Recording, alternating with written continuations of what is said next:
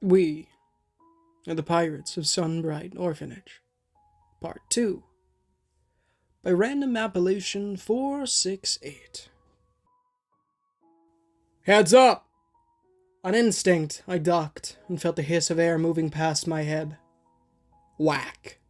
Mr. Ellis's body tumbled backward down the stairs, the radio dial exploding in a shower of glass. His shaggy hair askew, Peter lowered the homemade baseball bat that he'd fashioned from a discarded 2x4, both arms trembling. Oh my gosh, dude. What was that? A nightmare with legs. Get inside. I scrambled to my feet, diving with Grace and Peter through the door. One of the other boys in the crowded hallway slid a wooden plank through the handles, and Peter clicked the deadbolt on the lock. They're everywhere, one of the other boys called, darting out from his room and pointing back at what I assumed was his window.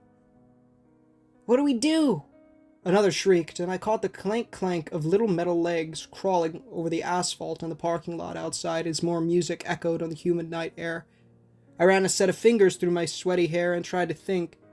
We couldn't stay here, not if there were more of those radio things crawling around. We had to make a break for... where, exactly? My eyes caught the skull and crossbones on Peter's black rock band t-shirt. Bingo.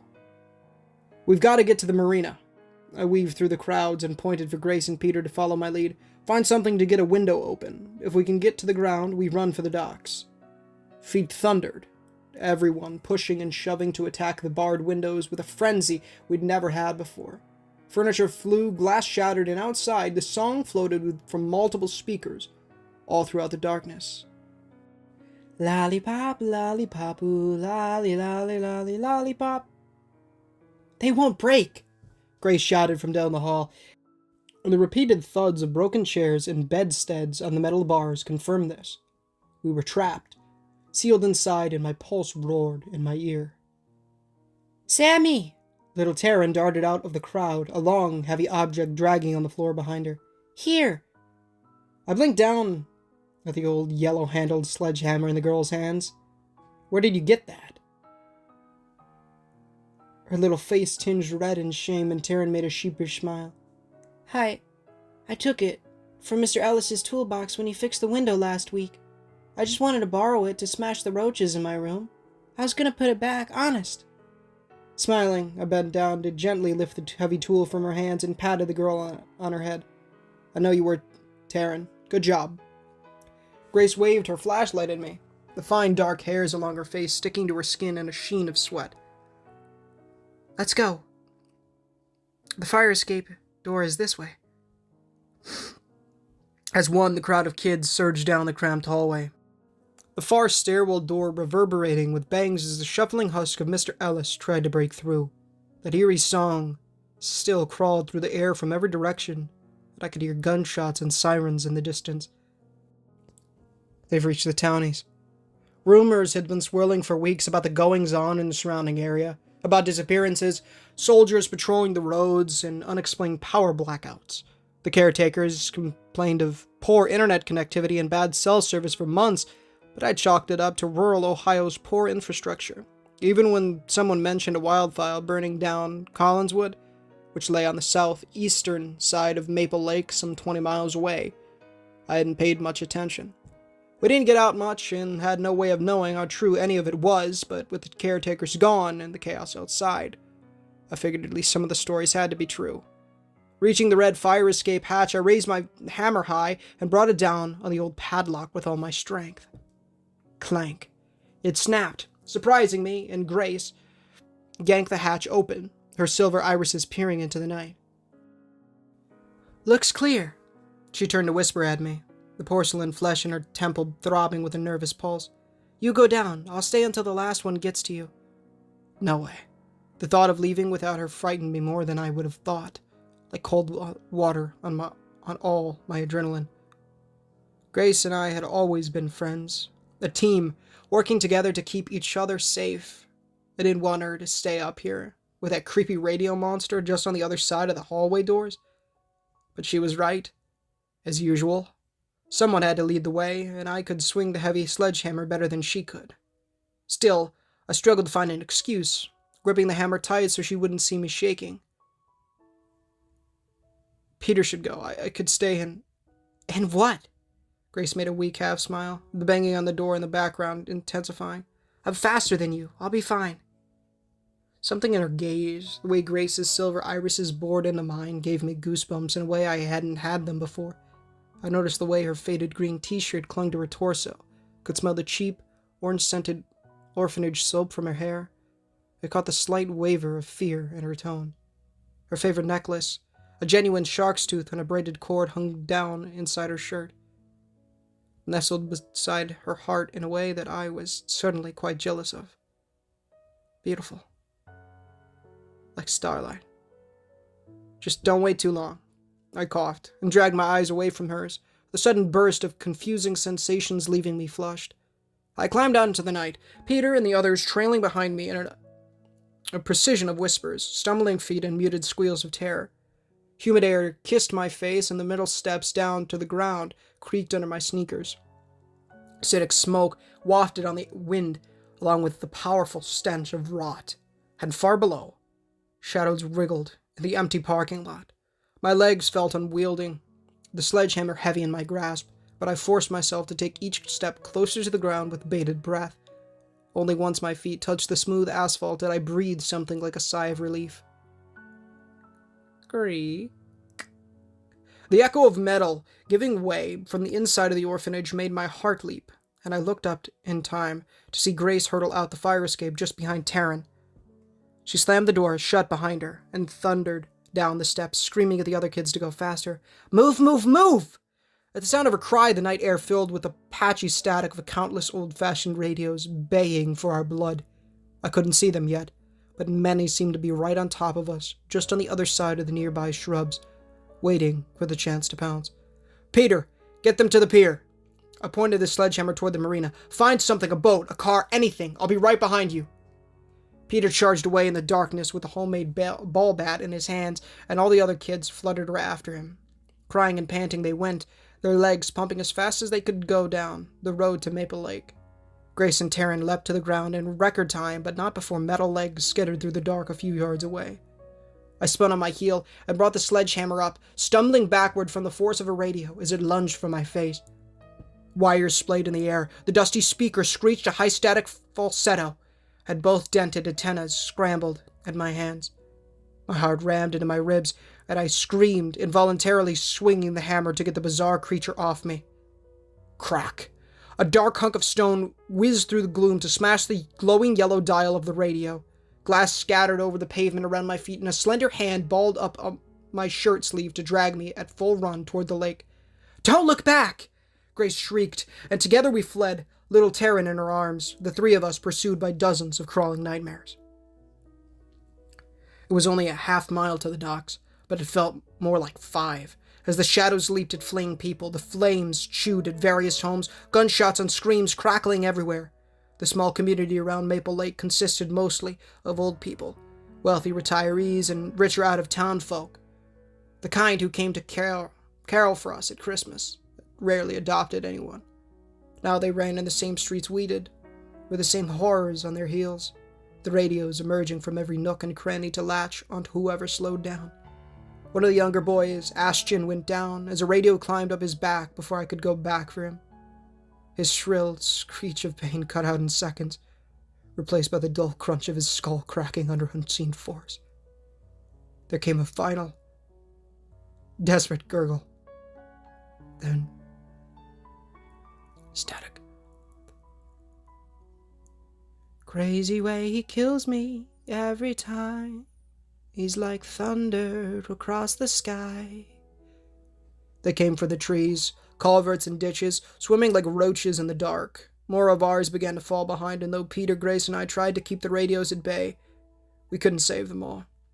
Pitiful screams dug in my brain, desperate pleas from the younger ones for help, even as the monsters ripped into them with roaring gushes of static-laden songs. Grace ran as hard as I'd ever seen her run, legs flashing white in the firelight, tears dripping down her face, even as she refused to put Taryn down. Peter vomited down his own shirt front and continued to swing his bat in an attempt to save more kids.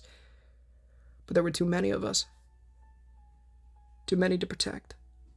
Too many to save.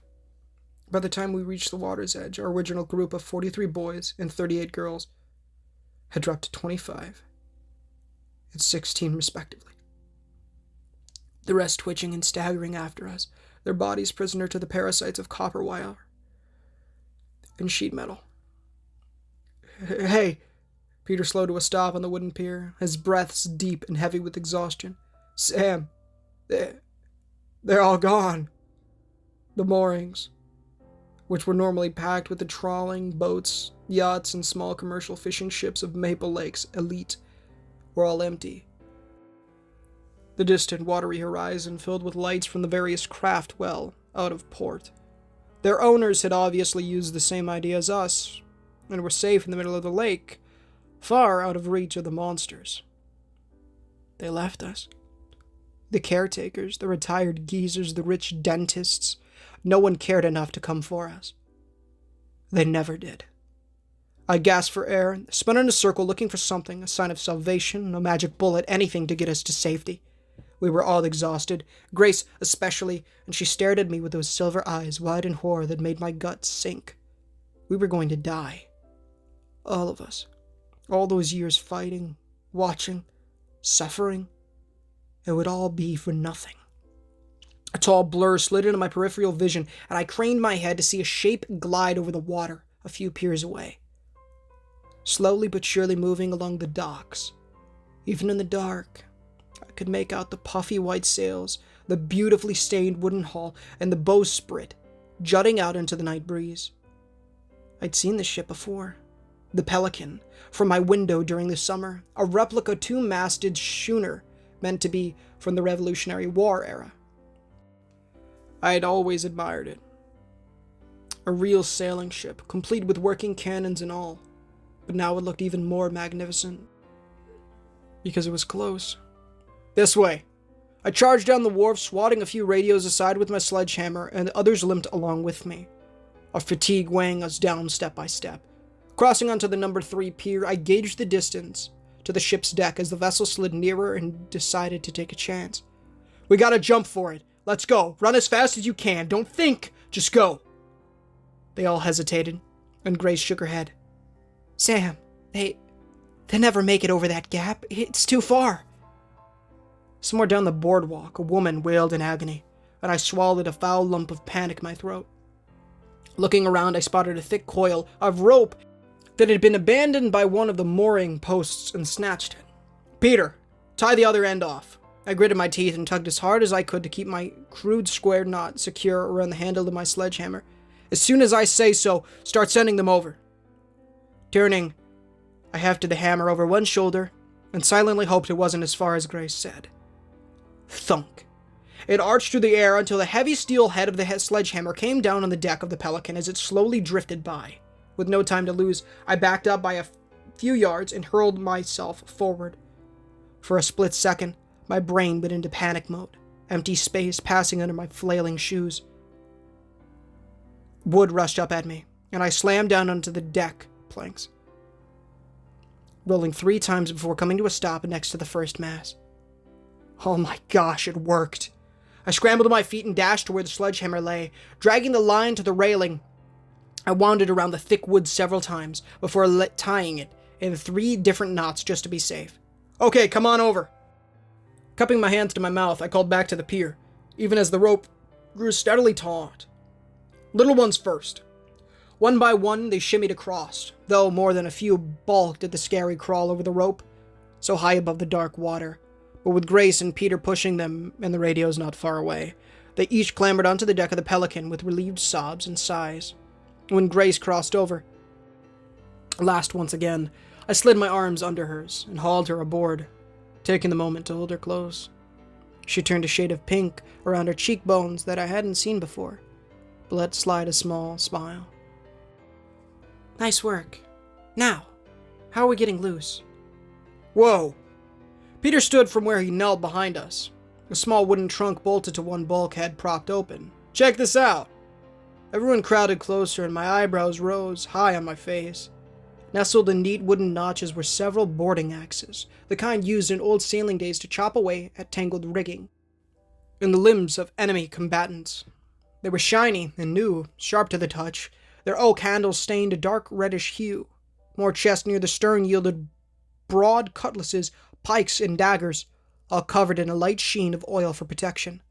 We were never allowed to have any weapons in Sunbright, and to hold such things in my hand sent a strange sensation through me. Must be for all those reenactments. Grace picked up a rapier, her silver eye glittering as she held it, in the same way she'd posed with the wooden stage swords we used during story time at Sunbright. But these are sharp. Sam, I think these are the real deal.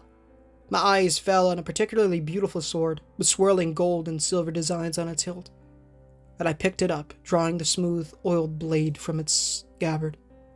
Wow, so light. No wonder they love these things. Turning back to the railing, I brought the blade down on the thick mooring line and felt a mischievous satisfaction as it snapped, the ship's prow drifting away from shore as we drifted out to safety.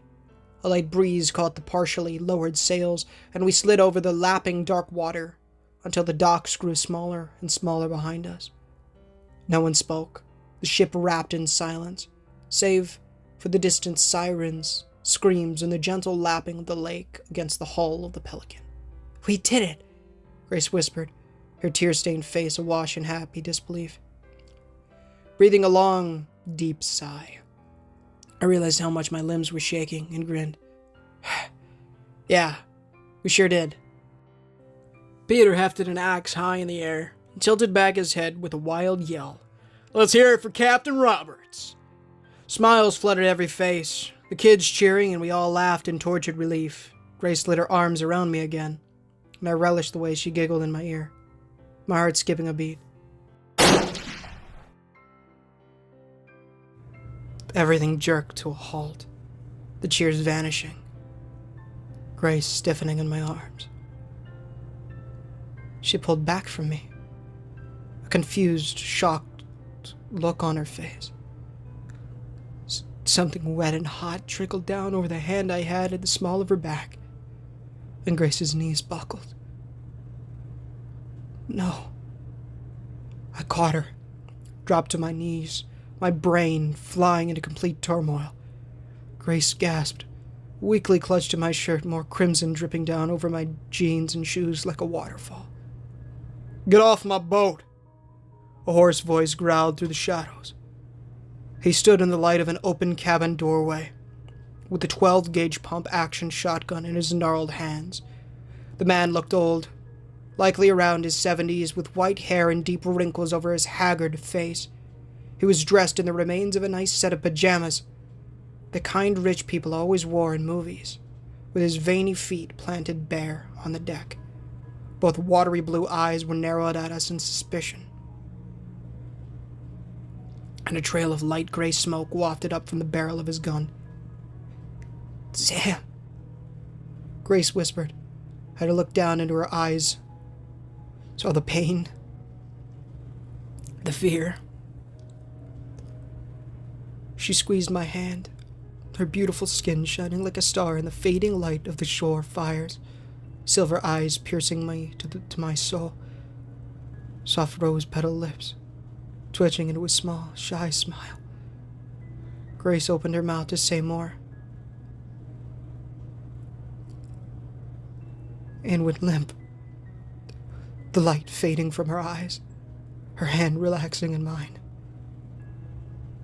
No. It started like a trickle deep inside, a small worm chewing through my inmost parts, a worm made of fire and pain.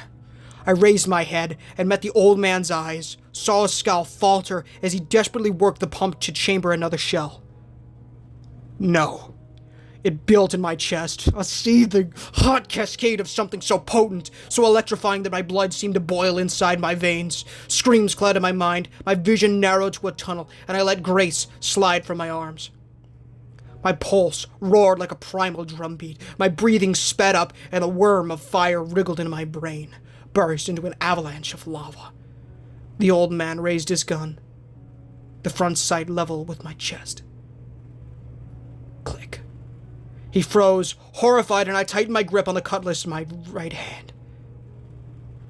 No! The roar tore itself from my chest like a volcano erupting, and before I could blink an eye, I was on him.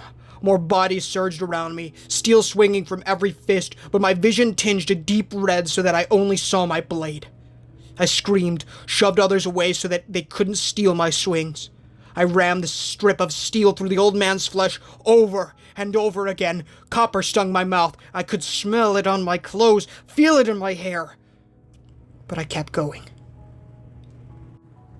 At last, with one great swing, I heard the crunch of a spine severing, and the battered white-haired head rolled free. Snatching it up by the hair, I held the severed head high and bellowed at the stars, the hate adrenalizing, the rage smooth and intoxicating. Peter and the others shrieked with me, their faces contorted in anger, their weapons coated with crimson blood. For one long moment, we reveled in the misery. Reality came crashing down the next instant, each cheering dying one by one, until we stood in mute shock at the gore-spattered ship. My vision returned to its regular color, and all the adrenaline left me at once. Staggering to the ship's rail, I let the old man's hair slip out of my grasp, the bloody head splashing into the waves below with indifference. I leaned on the wooden planks and sucked in air, tasting blood with every gulp. With my anger gone, all that remained was pain, and an awful, horrible rending in my guts that melted my courage. A vomit rose in the back of my throat. Tears brimmed in my eyes, and I shut them both to hold back the tide. "We're all we have left." Her words floated through my mind, cooling every fried nerve, stilling me, bringing me back down to earth. Grace was right. She'd always been right. The caretakers, the stuck-up locals, the government, none of them had ever cared about us. Only we cared about us. Only we had fought to live. Only we deserved to live. "Sam!" Peter stood beside me, his own eyes misted with tears, sniffling between each breath. "What do we do? The shore's all gone. There's no one left out." "That's all right."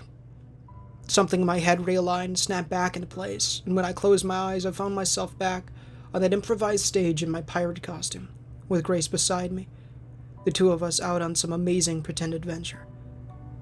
We're all we need. Forcing down the sour grief in my throat, I turned to face the others and opened my eyes. They watched me with snot, blood, and tears on their little faces. Just kids caught in a nightmare. One we couldn't wake up from. I spotted little Taryn among them, her sad eyes focused on Grace's lifeless body. "Take a good look." I pointed the bloody cutlass in my hands back at the distant, burning shoreline, my tone turning gruff and short, the way I'd practiced time and time again. "Do you see it? There be what was our world, lads. It's gone. All of it." Sniffles and sobs went through the group, and I looked down at Grace, meeting her lifeless eyes one last time. "We can't go for help. They'll jail us for murder. You think they believe a bunch of us, poor, homeless vagrants versus the money-hungry family of that mother fricker?" I jabbed a finger at the headless, mutilated corpse of the old man, lying next to his misfired shotgun, at a sea of red. "No. We won't get a fair trial. They'll ship the little ones off to whatever creep wants them and leave the rest of us to rot. We have no future with them." Some of the rage returned, and even as a cool breeze ruffled the sails, I prompted a shoe up on the railing, grabbing a section of rigging to hoist myself up, and waved the sword like a pointer at the others. "But we have each other. Aye, we always have. When the caretakers gave us less food to save money last winter, did we take it lying down? No," Peter grunted, his eyes burning with a new light, and the word flashed around more lips like a spreading wildfire. "No. No, we didn't." "You're dang right we didn't," I shouted, and leaned fully into my act, embracing it, basking in it. "We stole more, we stole better, and we survived. We were all we needed. Grace understood that. Grace protected us. Grace guided us. And..." My voice almost cracked, but I made myself form the words, even as the ship creaked in the water, like it too wanted me to continue. Grace loved us. I saw it now, blazing in the eyes of all the boys and girls clustered on that narrow deck, a dark fire that burned with strength, with resolve, with hate. They hung on my every word, and Peter nodded, like he couldn't bear another moment without knowing the rest of what I had to say. Driving the point of my sword into the wood of the railing, I puffed out my chest against the steady wind that pushed us along the dark waters of Maple Lake. This ship is ours. Maple Lake is ours, and as far as I can see, there are fancy houses and luxury yachts all around these waters, filled with food, clothes, anything we need. They've taken everything from us. I say it's high time we return the favor. What say you? Aye. Peter looked up the call, raising his axe in the air. What say you? I cried again, louder this time, and more of the children took up the call, gory blades held high. Aye! Then stand to the mast and make ready to sail. While I honestly knew rather little about sailing and doubted the others knew much more, it felt good to say the words. Like there were some kind of magic incantation to make me invincible. First Mate Peter, get that canvas in order. Quartermaster George, check to be sure our anchor is stowed. Boswain, Amelia, you and the lads heave the worthless pig into the drink. Snap to, lively. They scrambled over the deck, hauling on ropes, experimenting with the rigging, and tossing the remains of the old man over the side with sadistic glee. Peter snapped me a quick salute and went into his own act, barking orders at the younger boys and girls with the same faux Caribbean accent that we used for so long as a running joke. We'll see who's laughing now, townies. You should have come back for us. You should have. Captain! I turned to find 6 girls carrying Grace's body. Their faces still downcast, with little Taryn holding Grace's lifeless hand like a lost puppy. One of the girls, Anita, sniffled and bowed her head to me, like they'd seen Grace do countless times during our pirate acts in the orphanage. What should we do with her? A small part of me tried to soften, to cry, the break at Grace's limp form held up by the arms of those she'd always fought to protect. But I quashed it. Instead, I strode over to them and gently shut Grace's beautiful eyes with my hand, tucking the silky dark hair out of her face in the way she'd liked.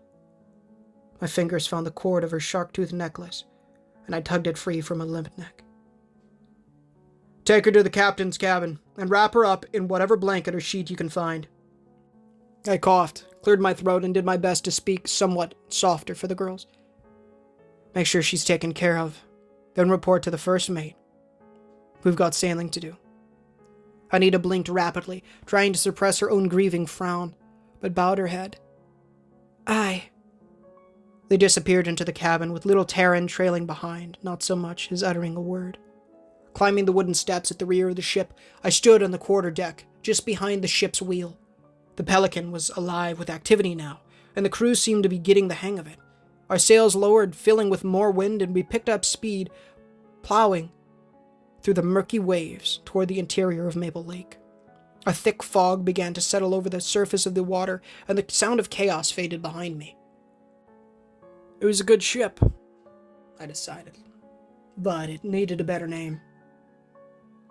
Harper's Vengeance. Yes, that would do nicely. Once we found some paint and brushes, I'd do the honors myself, just to be sure it was right. Holding on my palm, I stared down at the shark-tooth necklace in my hand, running one thumb over all I had left of Grace.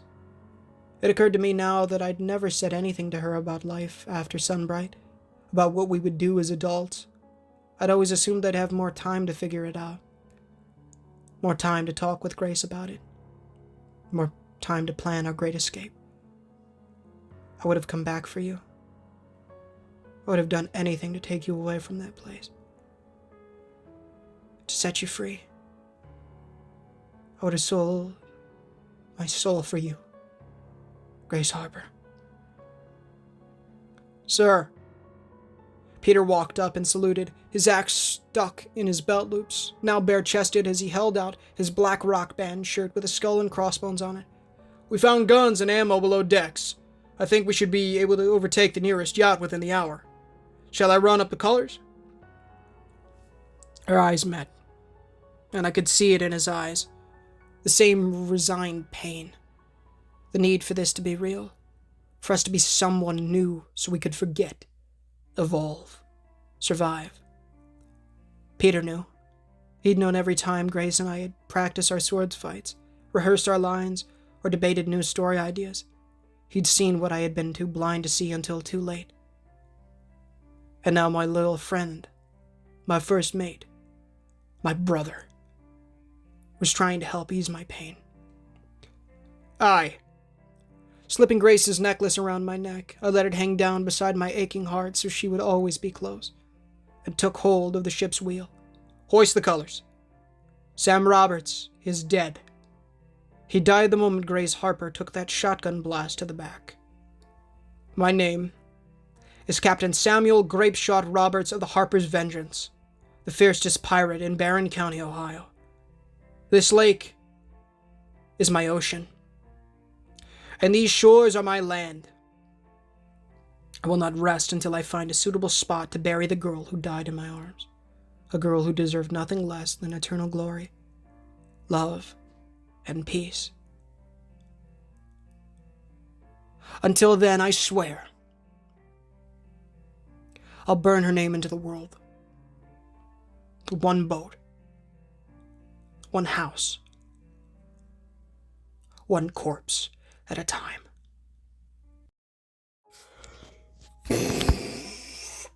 Boom! Mind blown. My goodness. This just became one of my favorites, dude. Wow. I love it when I get to do angry rolls because, let's be honest, I got a lot of pent-up freaking rage from Cole making me angry. What's up, guys? How you doing? And other bits. And so I love to do it because I think I can do a pretty decent job. Maybe that's not why the anger, but I love doing it. I love being like that for a roll. So,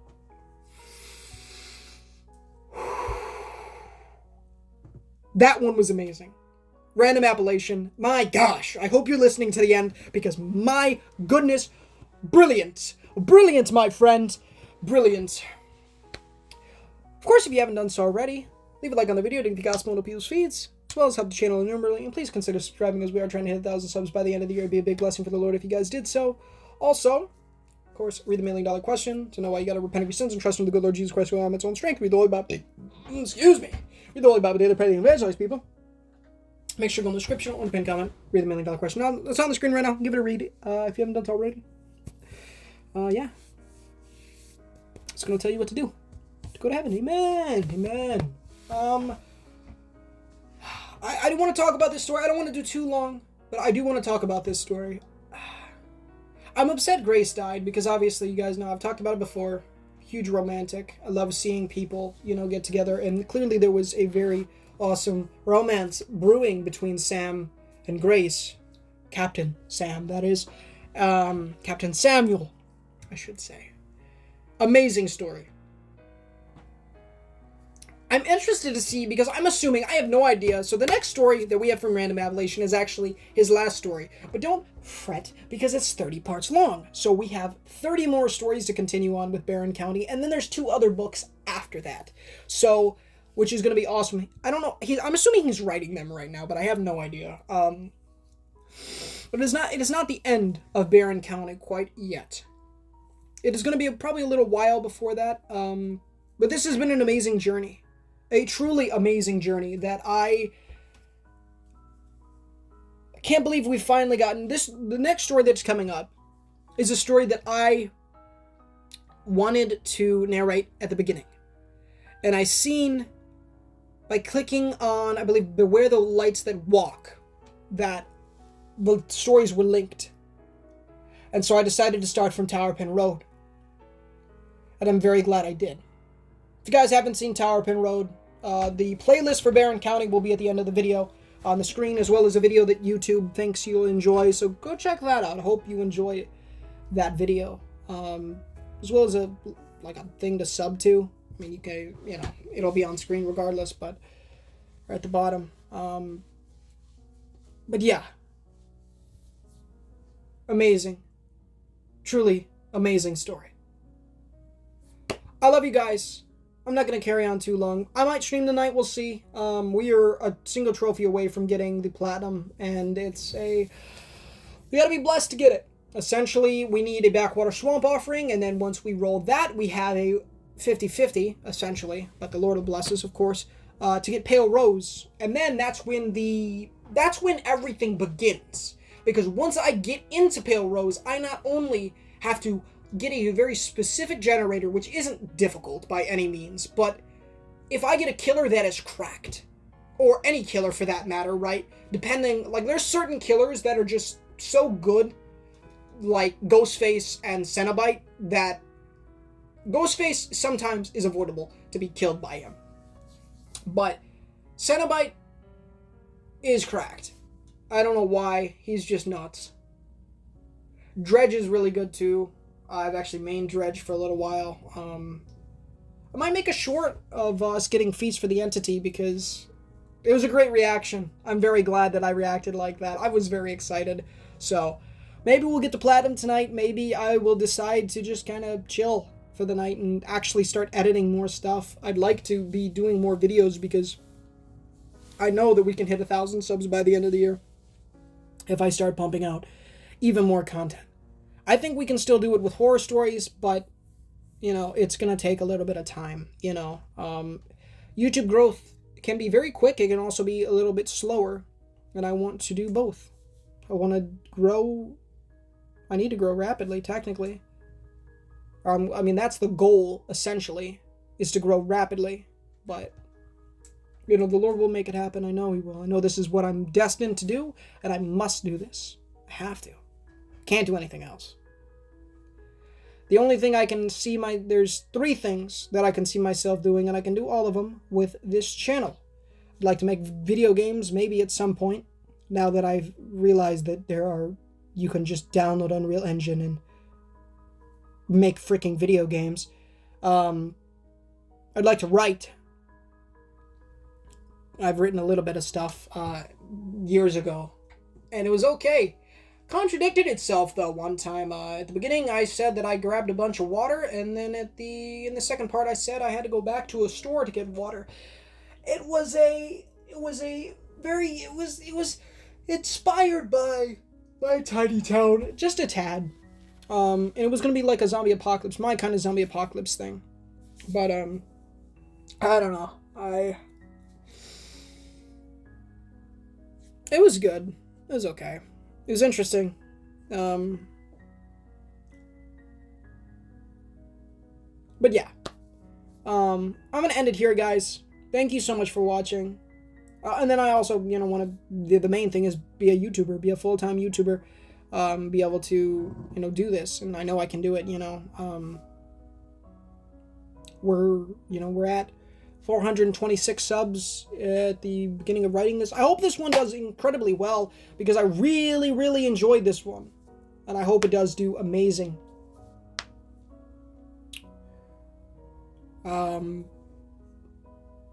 Makes me wonder. So obviously Grace is dead.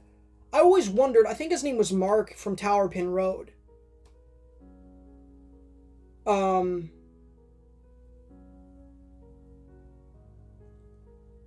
You know, I always thought that Mark could somehow still be alive. I think that was what his name was. I don't remember, but I believe he was. I thought he might have. But I don't know. I don't know if, like, obviously Grace is dead, right? There's no doubt about it. I knew as soon as I realized what that bang was, that it was a gunshot, I was like, yeah, Grace is dead. One, it's a shotgun. I mean, I don't know how far away it was, but if you don't know how shotguns work, there's a spread, right? Closer. It's how they work in video games, too. You can shoot someone with a shotgun, let's say in Fortnite, for example. I know, maybe not the best, but that's the only gun game I really play. You can shoot someone with a shotgun and it'll do like 20 damage. But if you're up close, like, you can one-pump somebody in the head with it. Like, that's realistic.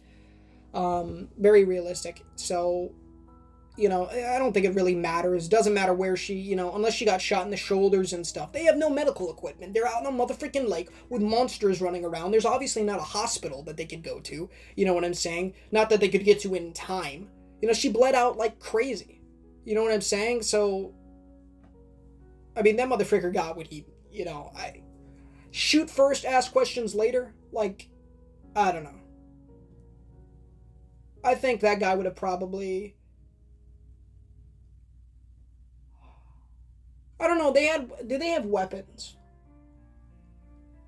I think they did, maybe, but I don't know.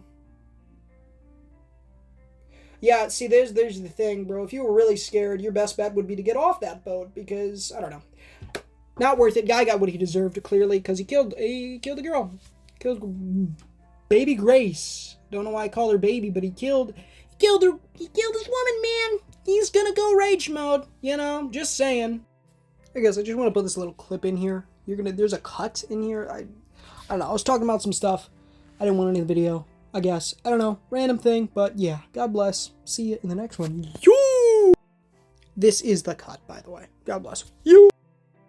I don't know. I love you guys. Thanks for tuning in. I hope you really enjoyed this. I love this. Random Evolution. Thanks so much for writing this story and letting me narrate. This was an amazing one. I love you guys. I'll catch y'all later.